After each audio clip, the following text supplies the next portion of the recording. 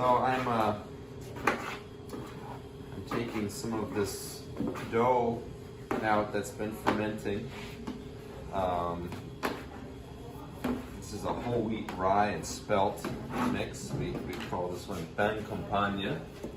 They're like country, these big round country loaves. And so I'm just gonna weigh out some pieces into almost 2 kilos. So pretty big. This is a very like wet, weak dough. And so we just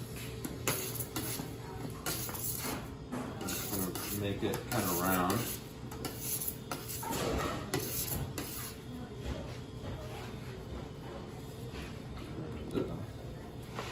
After this, we're gonna kind of put it into its final shape. So this is what's called a pre-shape.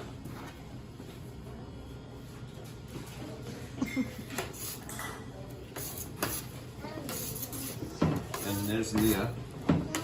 Nia, what are you up to? There's something in there that we want to see. She loves that bucket. She's like... Is this Nia's bucket? Yeah. Yep. She's gonna